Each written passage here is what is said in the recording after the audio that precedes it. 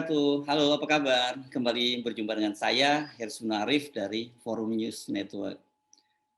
Apa sesungguhnya yang terjadi dengan aksi unjuk rasa Jokowi Endgame yang katanya akan dilaksanakan hari Sabtu 27 Juni kemarin? Sampai sekarang saya masih berpikir, ini menjadi sebuah misteri. Benarkah memang ada rencana aksi besar-besaran yang berhasil digagalkan oleh aparat intelijen, oleh aparat keamanan? Atau aksi itu sesungguhnya memang tidak pernah ada? Hanya ada netizen iseng yang membuat flyer, pamflet, dan kemudian berhasil membuat kehebohan. Atau ini semacam operasi test case, cipta kondisi, begitu biasanya menyebutnya kalangan intelijen, untuk mengecek seberapa dalamnya air dan berapa besarnya ombak. Sebab faktanya pada hari Sabtu tak ada aksi unjuk rasa besar-besaran seperti yang dinarasikan sebelumnya. Tak ada long march dari kawasan Glodok menuju Istana Presiden, padahal ribuan aparat keamanan gabungan sudah dikerahkan untuk mengantisipasinya. Media juga sudah bersiap-siap memantau dan menyiapkan laporan langsung dari lapangan. Sebuah media, Jawa Post News Network, membuat judul yang sangat menarik. Judulnya begini, yang berharap masa demo tolak PPKM di depan Istana membludak, pasti kecewa berat. Saya kira ini termasuk wartawan yang meliput juga, dia kecewa berat. Kemudian CNN Indonesia juga membuat berita dengan judul, tak ada masa datang, demo Jokowi Endgame hanya isapan jempol.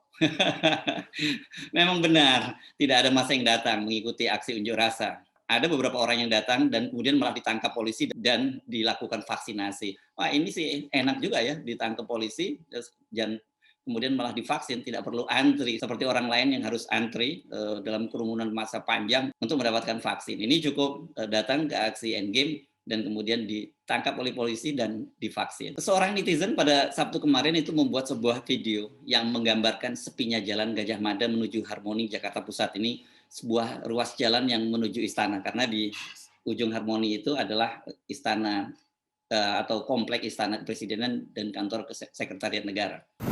Oh, monitor buat lintas Gajah Mada, Harmoni aman-aman aja ya. Yang tadi berita itu hoak, nggak ada aksi demo nih, hoak tuh ya. Harmoni aman-aman aja tuh, Harmoni. Bakal adanya aksi Jokowi Endgame ini memang sangat heboh loh di media sosial tuh. Posternya berseliweran di platform pertemanan, dan kemudian tak lama muncul narasi kontra gitu yang mengecam rencana aksi-aksi tersebut. Kebanyakan flyer dan pamflet yang disebar di media sosial mencoba membenturkan rencana aksi itu dengan situasi pandemi. Mulai dari bahaya bakal munculnya klaster COVID karena adanya kerumunan massa selama unjuk rasa, sampai narasi betapa orang-orang yang menggagas aksi unjuk rasa ini tidak punya hati. Bagaimana mungkin dalam situasi ketika para tenaga kesehatan, fasilitas kesehatan hampir kolap, kemudian mereka malah mengumpulkan massa dalam jumlah besar-besaran dan dipastikan akan muncul klaster baru yang akan membuat para tenaga kesehatan makin kewalahan. Itu narasi yang coba dibangun oleh flyer-flyer atau pamflet-pamflet yang muncul dari kubu pro pemerintah. Bersama dengan itu juga beredar sejumlah pamflet yang menyebutkan bahwa ada figur-figur yang disebut sebagai penggerak demo. Sebagian merupakan tokoh mahasiswa, ada kelompok pengemudi ojol, kemudian ada karyawan sebuah restoran waralaba, sampai kemudian sejumlah tokoh politik yang dituding menunggangi dan memanfaatkan mahasiswa. Narasi dan logika yang dibangun cukup masuk akal. Sebab beberapa hari sebelumnya kan aksi besar-besaran menolak PPKM berlangsung di Bandung. Ini kota kembang yang nggak terlalu jauh dari ibu kota. Aksi ini dilakukan oleh massa gabungan, mahasiswa, pedagang, dan para ojol.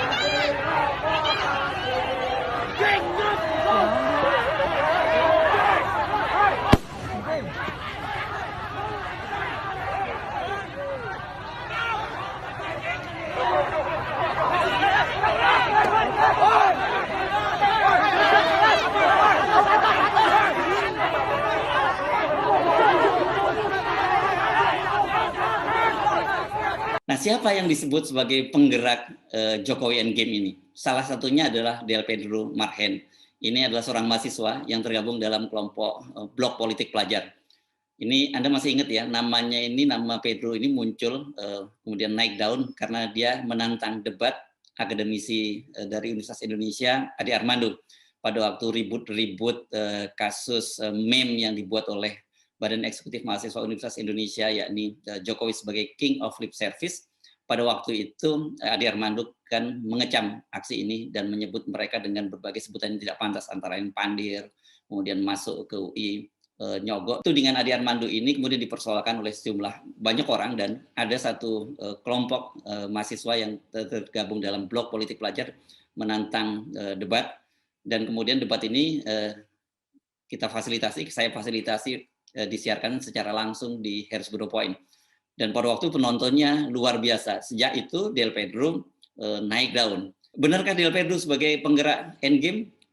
Del Pedro menolak tudingan itu. Dia mengaku dia tidak tahu menahu soal Endgame ini. Tetapi Del Pedro mengaku dia setuju dengan tuntutan agar Jokowi segera mengundurkan diri karena dianggap gagal menangani pandemi dan juga menangani krisis ekonomi. Seorang tokoh mahasiswa dari Bandung, yakni Ketua BEM Unpar, Tafarel Giovanni Montero, juga disebut-sebut sebagai penggerak Endgame.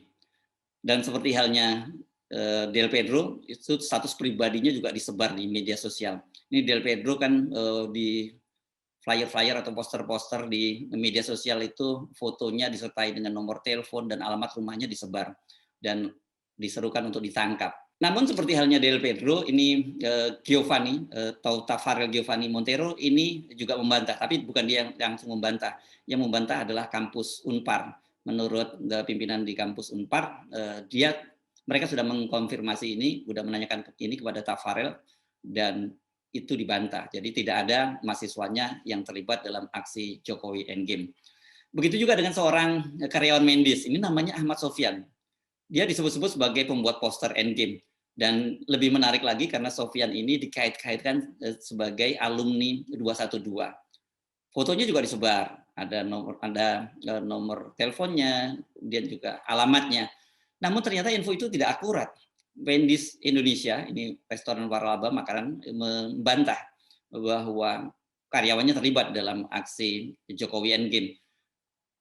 Menurut Wendy's, Sofyan ini sudah tidak lagi bekerja di Wendy's sejak tahun 2017. Jadi lagi-lagi info ini, kabar yang disebar bahwa mereka-mereka ini terlibat dalam Jokowi Endgame itu kelihatannya sangat tidak akurat. Siapa lagi yang disebut akan terlibat dalam aksi unjuk rasa Jokowi Endgame? Kelompok ojol. Kelompok ojol juga membantah.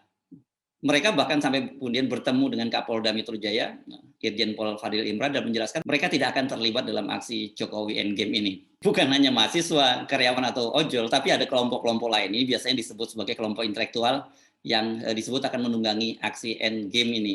Mereka adalah pentolan kami. Sebelumnya soal adanya kelompok yang akan menunggangi ini disebutkan juga oleh Ade Armando. Dia menyebut ada politisi busuk yang menunggangi, memanfaatkan mahasiswa dalam aksi Jokowi Endgame. Kali ini pentolan kami yang disebut, ada Jenderal Gatot Nurmantio, ada Lisung Karisma, ada Dr. Husnul Maria, ada juga Said Didu, Rocky Gerung, Refli Harun, dan beberapa orang lainnya.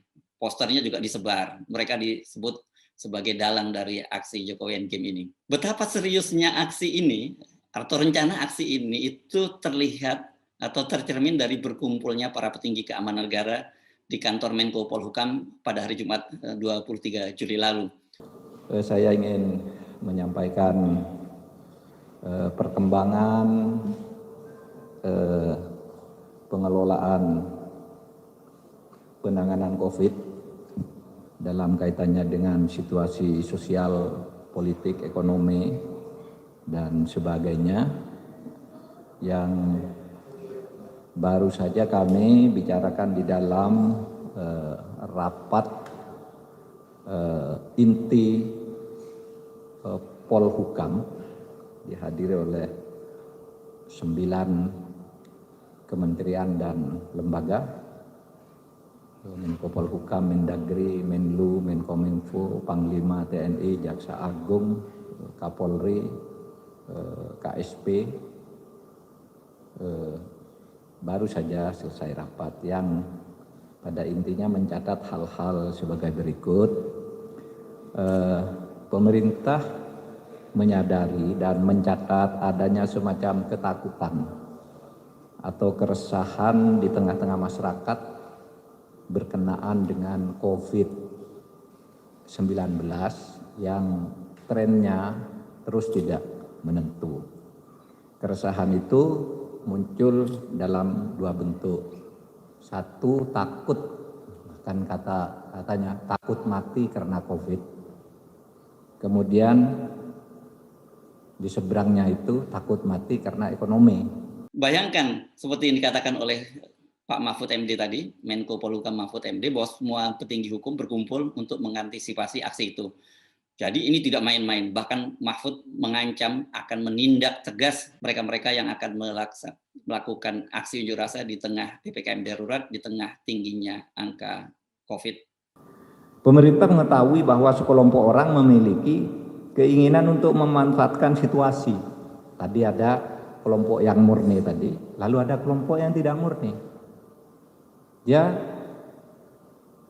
masalahnya itu hanya ingin menentang aja, memanfaatkan situasi. Apapun yang diputuskan pemerintah diserang, itu ada yang seperti itu. Oleh sebab itu, kita harus hati-hati karena yang seperti ini, kelompok yang tidak murni, selalu melakukan provokasi dan menyatakan setiap kebijakan pemerintah itu salah. Padahal pada prinsipnya pemerintah itu terbuka dan merespon segala aspirasi masyarakat. Namun sebaiknya aspirasi dalam masa pandemi ini disampaikan melalui jalur komunikasi yang sesuai dengan protokol kesehatan. Seperti misalnya melalui virtual meeting, webinar, dialog-dialog di televisi, happening art gitu, yang menjaga protokol kesehatan itu silahkan melalui media sosial dan sebagainya. Pemerintah ingin menegaskan bahwa aksi demonstrasi secara fisik yang tidak sesuai dengan protokol kesehatan, membahayakan keselamatan masyarakat, serta melanggar hukum, pemerintah akan melakukan tindakan tegas demi prinsip yang nomor satu tadi. Kita ingin menyelamatkan masyarakat yang banyak. Melalui juru bicaranya, Irjen Pol Argo Yuwono, Mabes Polri juga meminta massa membatalkan aksi. Dan dia menyerukan agar massa menggantinya dengan audiensi. Dan ternyata seperti kita saksikan bersama, tidak ada aksi apapun. Ya, benar saudara, tidak ada aksi apapun seperti yang tadi disampaikan oleh sejumlah wartawan di lapangan. Jadi apa yang bisa kita simpulkan? Kalau lihat keseriusan aparat, bertemunya para petinggi negara, jumpa pers Mahfud MD, dan dikerahkannya para buzzer secara masif, kita bisa menyimpulkan bahwa aparat intelijen kebobolan. Atau kalau tidak menyebut kebobolan, ya kita bisa menyebutnya seperti yang dilakukan oleh Rocky Gerung sebagai kena prank. Ini para buzzer dan pemerintah kena prank. Kan para buzzer kemarin bekerja sangat keras gitu ya. Mereka betul-betul all out untuk menggagalkan aksi ini. Bahkan mereka menyerukan kepada massa, ini beredar sebuah video, mereka menyerukan agar warga itu memotret mereka-mereka yang terlibat dalam unjuk rasa dan kemudian mempostingnya. Ini betul-betul sebuah seruan yang sangat berbahaya karena ini semacam adu domba antara satu masyarakat dengan masyarakat lainnya. Jadi masyarakat oleh para buzzer ini diminta untuk memata-matai para pengunjuk rasa. Nah, kembali kepada pertanyaan tadi, apa sebenarnya yang terjadi? Saya sendiri pada saat muncul berbagai meme, beberapa pamflet, flyer di platform-platform pertemanan seperti di WhatsApp, di WhatsApp Group, itu saya coba menghubungi beberapa simpul gerakan mahasiswa, beberapa tokoh mahasiswa yang saya kenal, saya tanya betulkah akan ada aksi Jokowi Endgame ini, aksi besar-besaran Jokowi Endgame. Mereka semua menyatakan tidak ada rencana semacam itu. Jadi mereka sendiri juga mengaku heran, mengapa kemudian tiba-tiba muncul seruan ini dan ditanggapi dengan sangat gegap gempita oleh para buzzer dan oleh pejabat-pejabat pemerintahan. Nah, mengapa ya pemerintah, kemudian aparat intelijen begitu sensitif dan mudah termakan isu seperti itu? Kalau melihat kondisi Indonesia saat ini, mereka sebenarnya tidak terlalu salah ya, karena situasi Indonesia memang tengah tidak baik-baik saja.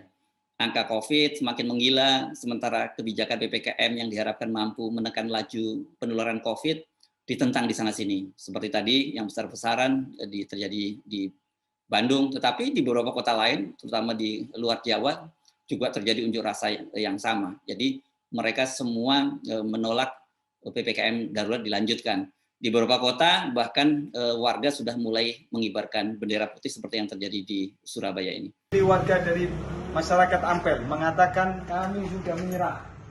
Dengan ini kami mengangkat bendera putih.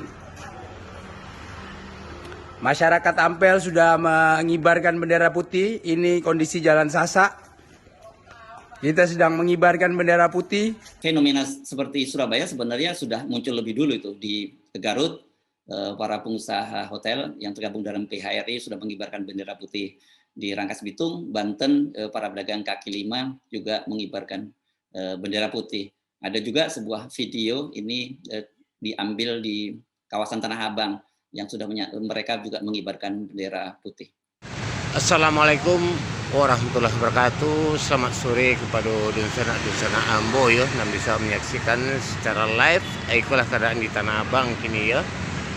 Bahwasanya lah dikibarkan bendera putih ya. Kalau biasanya hari ke-17 Agustus nang dikibarkan orang bendera merah putih untuk hari kemerdekaan ya. Tapi kini lah bendera putih itu melambangkan bahwasanya seluruh ataupun pedagang dan di sekolah menyerah. Soalnya kalau usaha aja nggak bisa, ikulah keadaan kini ya.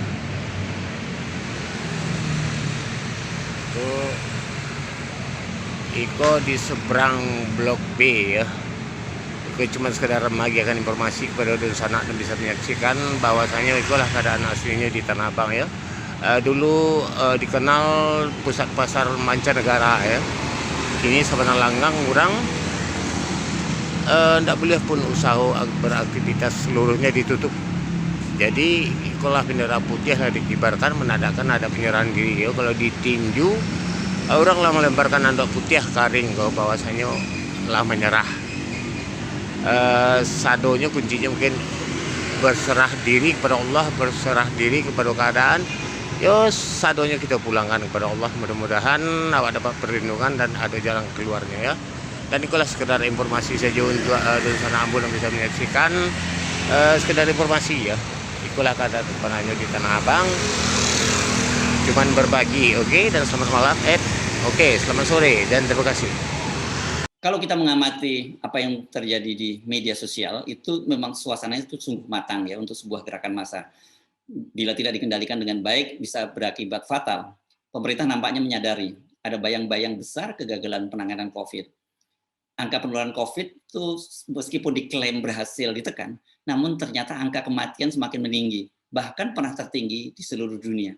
Hari Jumat kemarin atau sehari sebelum aksi Jokowi Endgame, nggak juga benar ya kalau dibilang aksi hoax atau isu aksi Jokowi Endgame itu tanggal 23 Juli kan, hari Jumat, angka kematian tercatat sampai 1.566 orang. Ini luar biasa tinggi.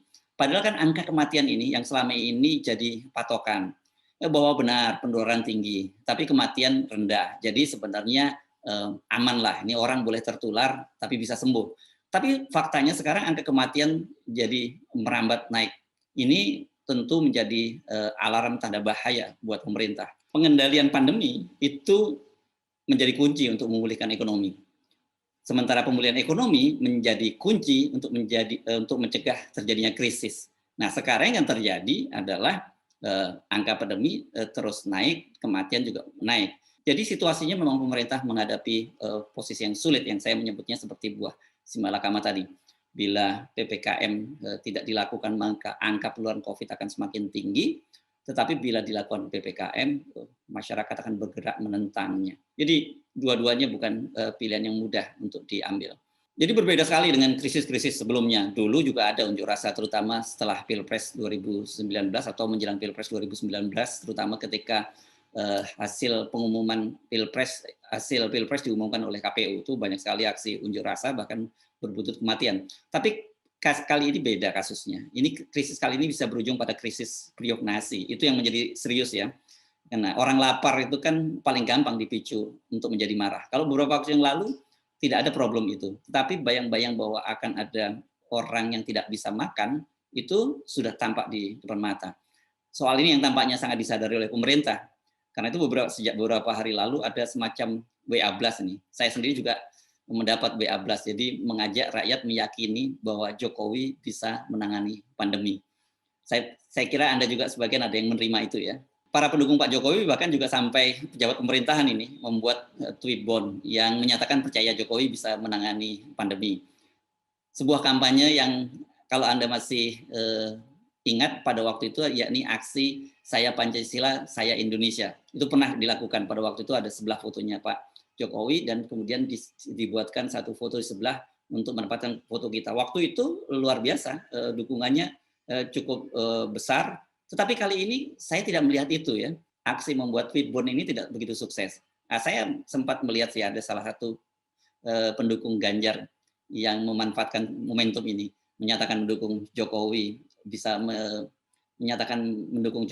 mengatasi pandemi sambil mengkampanyekan Ganjar sebagai calon presiden pada Pilpres 2024. Nih, Anda bisa lihat sendiri, inilah salah satu contohnya. Namun gerakan ini memang tampaknya tidak terlalu bergema. Saya kira penyebabnya karena pandemi COVID ini sekarang tidak pandang bulu. Apakah mereka penentang atau pendukung Jokowi bisa terkena COVID? Banyak juga di media sosial kan para pendukung Jokowi membuat video-video yang menyatakan kecewaannya terhadap Pak Jokowi. Mereka sebagai pendukung pada Pilpres 2019 ternyata sekarang keluarganya meninggal karena tidak bisa mendapatkan fasilitas rumah sakit dan juga tidak bisa mendapatkan oksigen. Nah, mereka sudah mulai kecewa. Jadi orang-orang seperti ini pasti tidak mau lagi bila diajak untuk membuat kampanye dukungan terhadap Jokowi. Begitu juga dengan krisis ekonomi. Semua orang sudah terkena. Mau cebong, mau kampret, semua terkena. Kalau dulu krisis itu tidak bisa dipicu karena ya memang tidak ada problem semacam itu. Tetapi sekarang ini kemungkinan besar akan terjadi krisis semacam itu. Apalagi kalau PPKM darurat dilanjutkan dan orang tidak bisa bekerja. Jadi dengan konstelasi politik dan ekonomi seperti itulah yang bisa menjelaskan mengapa seruan aksi Jokowi Endgame yang tak jelas juntrungannya itu bisa membuat geger orang se-Indonesia. Krisis pandemi, krisis ekonomi menjadi ujian kepemimpinan Jokowi. Mampukah dia mengendalikannya? Mampukah dia mengelolanya? Dan mampukah dia bertahan? Ini menjadi pertanyaan yang sangat serius dan saya kira ini menjelaskan mengapa kemudian seruan aksi Jokowi Endgame itu bergema luar biasa. Walaupun pada faktanya itu ada aksi, kalau meminjam istilah anak-anak sekarang, yuk kita melakukan aksi Jokowi Endgame, tapi itu bohong. Saya Sunarif, sampai jumpa. Assalamualaikum warahmatullahi wabarakatuh.